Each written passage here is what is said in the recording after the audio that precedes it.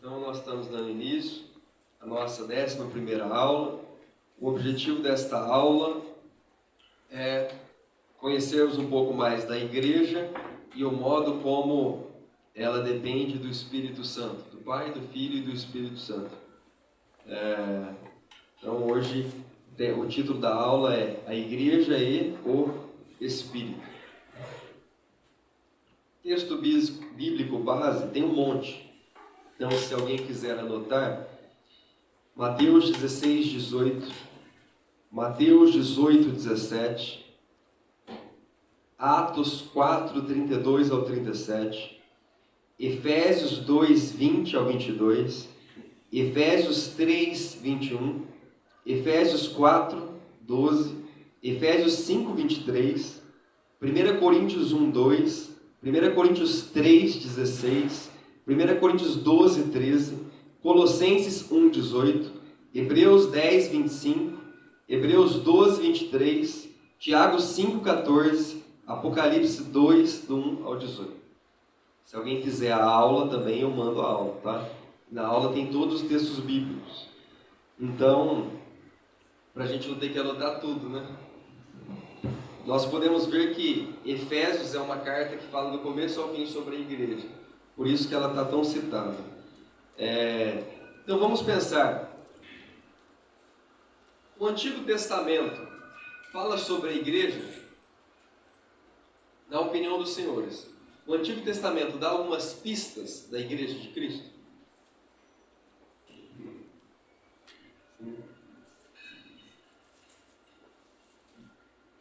Deem exemplos, por favor, só para não ficarmos num monólogo. O sumo sacerdote. Sumo sacerdote. Sumo sacerdote, de acordo com o Novo, é um exemplo de Cristo, né? E suas festas, né? Também que eles estavam juntos, em comunhão. Exato. As festas remetem à igreja, festa do tabernáculo, festa de Pentecostes, festa da Páscoa. Excelente. A festa da Páscoa remete ao que Jesus fez, né? A festa do Pentecoste, depois vai ser o surgimento da igreja, se dá em Pentecoste. Quase que o surgimento da igreja está ali em Atos 2, no meio de uma festa de Pentecostes, né? E a festa do tabernáculo, a festa da colheita também tem a ver com a igreja, tem relação com a igreja. O que mais? O Antigo Testamento tem alguma relação com a igreja? Aponta para a igreja? Fala da igreja? A Arca de Noé fala alguma coisa da igreja? Fala. Dá um exemplo aí. O próprio Jesus é a arca, né, na verdade, né? Então ali salvou, né, o remanescente, né, Isso. da ira do Senhor. Foi o que salvou. Tem um teólogo chamado Orígenes, que fala que a arca representa a igreja, né? O mar, o mundo. Então, de maneira tipológica, não tão clara, mas de maneira tipológica, podemos dizer que a Arca de Noé é uma representação da igreja, talvez, né? Porque ali é onde Noé se reúne com a sua família, né?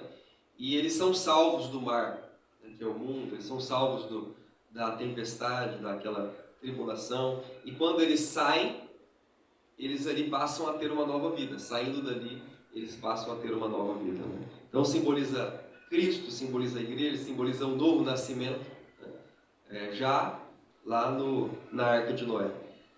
Israel representa a igreja? Sim. Com certeza. Mas num plano terreno, né? Depois houve o entendimento que, até porque a promessa que foi dada a Abraão foi que pela semente dele, Jesus, né, seriam benditas todas as nações, né? Exato, sem dúvidas, né? A promessa de Deus a Abraão, nós somos participantes dela, né? Então, de ti farei uma grande nação, sai da tua terra e da sua parentela e vai para a terra onde eu te mandei. Essa promessa, nós somos participantes dela. Então, a promessa de Deus para Abraão, para Isaac, para Jacó, para as 12 tribos de Israel. Depois a promessa vai se ajustar a uma tribo. Isso é o Antigo Testamento, lembra? A promessa, Gênesis faz a promessa para Abraão, Isaac e Jacó. Os patriarcas, né? Abraão, Isaac e Jacó. Jacó tem o nome mudado para Israel. E os seus filhos, com um acréscimo de 2 netos, né? Formam as 12 tribos de Israel. Com exceção do José, que os 2 filhos se tornam tribos, não é isso? Então nós temos as 12 tribos. Essas 12 tribos são herdeiras da promessa de Deus, correto? Então Deus fala para o povo, fala para Moisés, que daria às 12 tribos aquela terra. A terra era Canaã. O povo entrou em Canaã? Entrou com Josué. Conquistou tudo? Não. Conquistou boa parte. Com Davi. Davi foi Josué e depois Davi foi um grande conquistador. Salomão fez quase que um império, mas não conquistou tudo. Faltou um pouquinho. Mas o que acontece na Bíblia, no Antigo Testamento, no período dos reis? O povo que era Israel, que estava junto, se mantém junto? Não. Os descendentes de Davi formam um reino. Então é o reino do sul, descendência de Davi. Reino do norte, descendência de um revolucionário que havia fugido para o Egito, chamado Jeroboão. Isso. Então Jeroboão, filho de Nebate, a descendência dele ela é toda perversa. E eles criam um novo templo na região, na capital de Israel, que vai ser Samaria, e a capital de Judá vai ser Jerusalém. A promessa de Deus fica circunscrita a Jerusalém.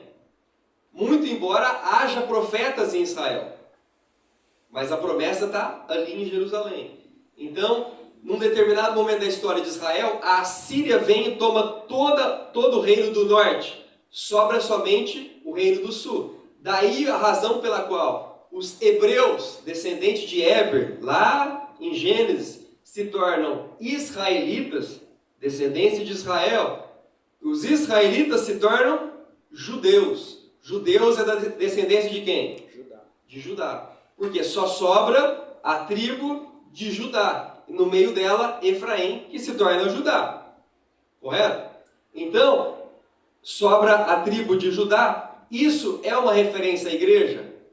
Também. Mas aí na história do Antigo Testamento, essa tribo chamada Judá, com o rei Zedequias, o profeta Jeremias fala assim, não faça aliança com o Egito. E ele faz. E aí o que acontece? Vem Nabucodonosor, rei da Babilônia, toma Judá, fura os olhos dele, mata os filhos e coloca outra pessoa no trono da família dele, Joaquim. E o que acontece? Esse povo, até que no final, esse povo todo é levado cativo para a Babilônia. E começa um período que é o período do exílio babilônico. Então, profecias de Jeremias, Isaías já falava um pouquinho antes sobre isso, profetas que estão ali no exílio, profetizando a volta do povo, né? Quando eles voltariam a ser uma nação. Ali surge a ideia do remanescente santo. Os senhores já ouviram falar? A ideia do remanescente está nas profecias de Jeremias, nas profecias de Ezequiel. Então, o remanescente o que é? É o povo que foi levado cativo e dentre os cativos, aqueles que sobraram e continuaram adorando o Senhor. Só que o Novo Testamento, Romanos também fala um pouco sobre isso, vai falar que o remanescente somos nós. Então, depois de toda essa história, essa viagem, esse percurso, o remanescente somos nós. Porque nós, segundo o apóstolo Paulo, somos enxertados na videira santa, que é Cristo. Jesus Cristo. João capítulo 15. Eu sou a videira e vós sois os ramos. Todo aquele que estiver em mim, esse dá fruto. Então, a videira não é Israel, a videira não é Judá, mas a videira é Jesus. E nós, por crermos em Jesus, nos tornamos o quê? Segundo Pedro, povo santo, nação santa, raça eleita, sacerdócio real, povo de propriedade exclusiva de Deus. Portanto, nós somos Israel. O Israel antigo somos nós. Indubitavelmente. Não há duas promessas, há uma só promessa. E a promessa de Israel passou para a igreja. Por isso que somos filhos de Deus. Porque o título Filho de Deus era um título dado àqueles que eram da descendência israelita e depois da descendência judaica. Mas nós que não somos judeus, fomos enxertados nessa descendência, mesmo não sendo benjamitas, mesmo não sendo da tribo de Levi, mas nós somos enxertados por meio de Jesus Cristo. Éramos Oliveira Bravo, né? Bem, muito bom aí, obrigado aí pelos adendos, né? Pelo auxílio aí, né? Então, o Antigo Testamento fala sobre a igreja? Sim. Tabernáculo e o templo apontam para a igreja, né? Ambos detêm símbolos e rituais que apontam para a igreja no Novo Testamento, embora a igreja não seja templo e nem tabernáculo. As festas apontam para a igreja e, por fim, Israel aponta para a igreja, né? O casamento de Israel com Deus, em Ezequiel 16, 8 ao 14, depois é retomado como o apóstolo Paulo, em Efésios, como a mulher, né? A igreja e Cristo, a mulher e o marido. Então, o antigo casamento de Israel com Deus se torna o casamento da igreja com Cristo. E o casamento da igreja com Cristo é um símbolo da nossa relação com a nossa própria esposa, segundo o apóstolo Paulo. Bom, depois de toda essa explanação, eu pergunto para os senhores, o que significa igreja? Devia ter começado assim, né? O que significa igreja? Alguém aí? Chamada para... excelente, né? Muito bem, né? Eclésia do grego, né? Eclésia significa literalmente chamado para fora. Eclésia é uma palavra que os gregos já utilizavam como assembleia. Então, os senhores vão ver até lá em Platão o uso da palavra grega eclésia, né, que é reunião e assembleia para tomada de decisões. Agora, a palavra eclésia significa chamada para fora, comunidade, assembleia. Mas a Bíblia também tem outros símbolos que remetem à igreja. Por exemplo, Efésios 1:22 fala de corpo de Cristo. Isso é símbolo. Por que símbolo? Porque a palavra corpo não é literal. É corpo. Corpo remete a membros, né? Há uma só cabeça, que ela é formada de muitos membros. Dominada a cabeça é Cristo, e nós somos membros de Cristo, do corpo de Cristo. Nós temos também o símbolo edifício que cresce para templo do Senhor, Efésios 2:21. Edifício que cresce, não é um edifício parado, é um edifício que continua em construção. Nós temos também chamados para serem santos, 1 Coríntios 1:2. Efésios 5:24 fala que a igreja é a mulher que se submete ao marido. O marido é Cristo, a mulher é a igreja. Apocalipse também tem uma ideia de igreja como mulher. Apocalipse 21, 2 ao 3, a noiva de Cristo. Mas nós também temos a ideia de uma cidade, a Nova Jerusalém, que também se remete ao reino de Deus e também pode se identificar um pouco com a igreja. Ora, se a igreja é chamados para fora, eu pergunto aos irmãos, quem são os chamados?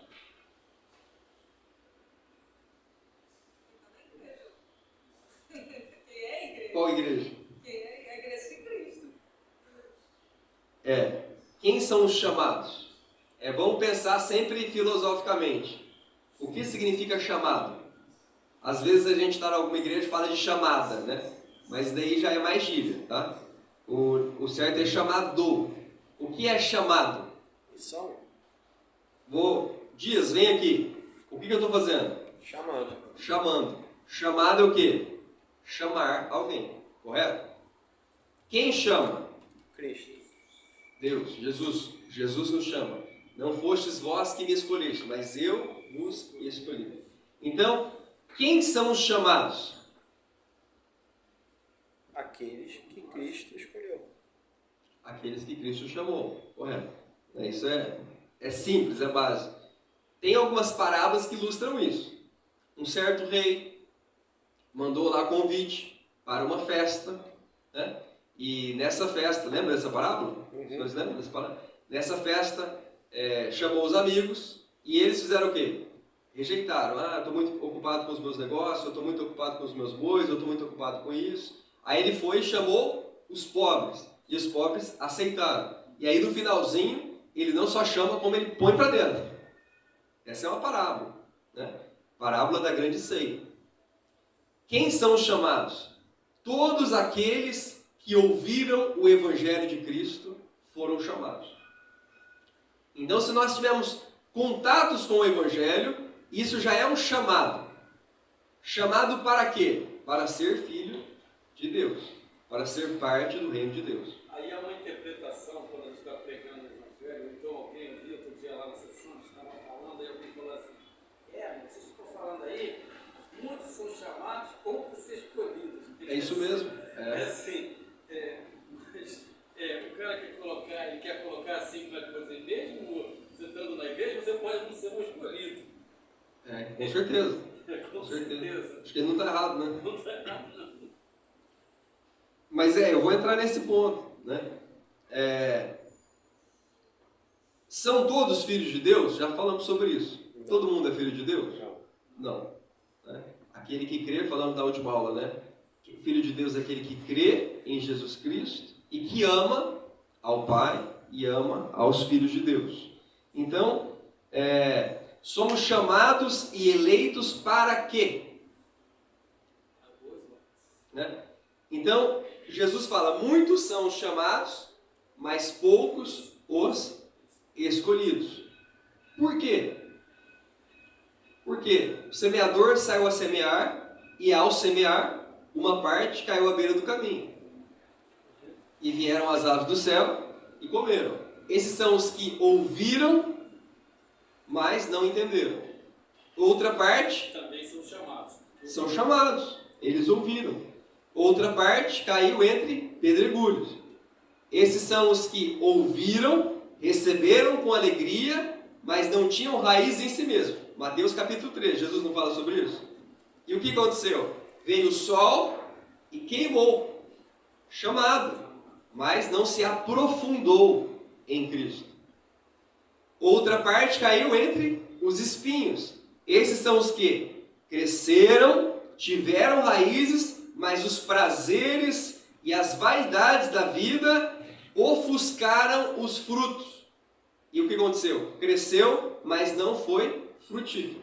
Então, a semente é lançada ao solo para quê? Para frutificar. Para crescer e dar frutos. Aí eu pergunto, nós somos chamados para quê? Dar fruto. Isso. Nós somos chamados para ser filhos de Deus frutíferos, assim como a semente. Então, João capítulo 1, versículo 12 diz, nós somos chamados para ser filhos de Deus.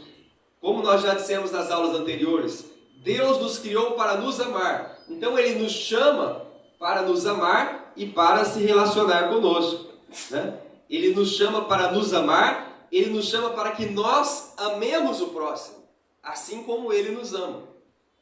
Não adianta só o Pai nos amar e esse amor não sair de nós. Pai, perdoe as nossas ofensas ou dívidas, assim como nós perdoamos aquele que nos tem ofendido ou aquele que nos deve, os nossos devedores. O que nós estamos dizendo para Deus? Assim como nós fazemos, faça conosco. Ora, se eu não perdoo e se eu não amo, eu estou pedindo para Deus, não me ame e não me perdoe. Então, nós somos chamados e eleitos para sermos filhos de Deus e como filhos, nós temos a missão de pregar o Evangelho e fazer discípulos. Mateus 28, do 19 ao 20. Alguém pode ler?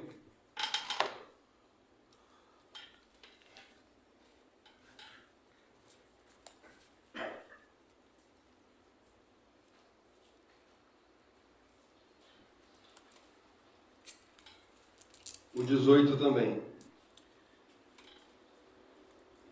Jesus, aproximando-se, falou-lhes: dizendo: toda a autoridade me foi dada no céu e na terra.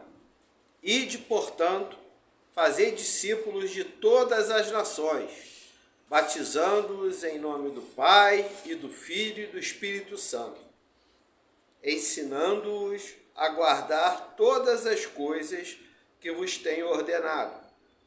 E eis que estou convosco todos os dias até a consumação do século. Então, se somos filhos, somos obedientes ao Pai.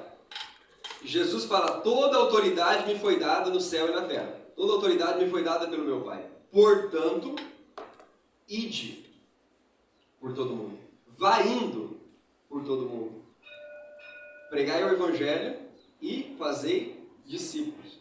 Então, nós somos chamados para pregar o Evangelho e fazer discípulos. Frutificar é nada mais, nada menos do que o amor de Deus que preenche os nossos corações, produz em nós amor, longanimidade, paz, mansidão, domínio próprio, e isso transparece para o mundo. O que é o fruto à luz da Bíblia? É o correlato do sal e da luz. Vós sois sal da terra. Se o sal for insípido, não serve para nada. Vós sois a luz do mundo. Não se põe uma luz debaixo da cama, mas se põe lá em cima. E no Sermão do Monte, Jesus fala: assim brilhe diante dos homens as suas boas obras, a sua luz, para que vejam as suas boas obras e glorifiquem o Pai que está nos céus. Então, Deus nos chamou para ser luz, para dar frutos. Deus nos chamou para tornar efetiva a nossa salvação. É por isso que Filipenses, quando depois o apóstolo Paulo dizer: tende em vós o mesmo sentimento que houve em Cristo Jesus, que subsistindo em forma de Deus, não teve por usurpação ser igual a Deus, mas a si mesmo se esvaziou, assumindo a forma de homem, e como homem fez-se servo e foi obediente até a morte, e morte de cruz, pelo que Deus o exaltou e lhe deu o nome que é sobre todo nome,